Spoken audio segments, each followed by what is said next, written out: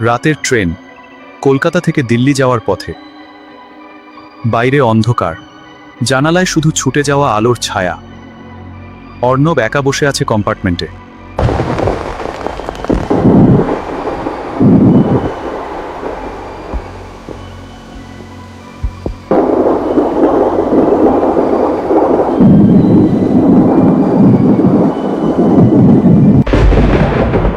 সোনালি, আপনি কি একা? হ্যাঁ। কেন? আমি সোনালি। এই ট্রেনে অনেক গল্প হয়। অর্ণব, আপনার গল্প শুনবো?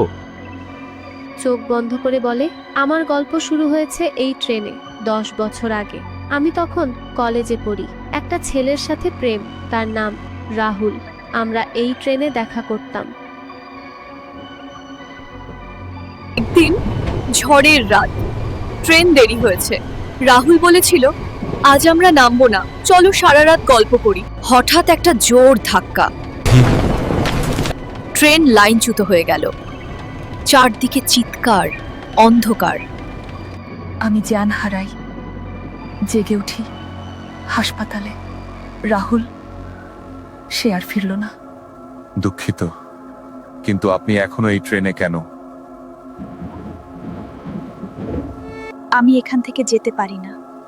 প্রতি বছর এই তারিখে আমি ফিরে আসি, রাহুলকে খুঁজি। সে বলেছিল আমরা চিরকাল এই ট্রেনে থাকব। তুমি রাহুলের মতো দেখতে, একই চোখ, একই হাসি। তুমি কি আমাকে নিয়ে যাবে? এটা কি মজা? আমি রাহুল নই।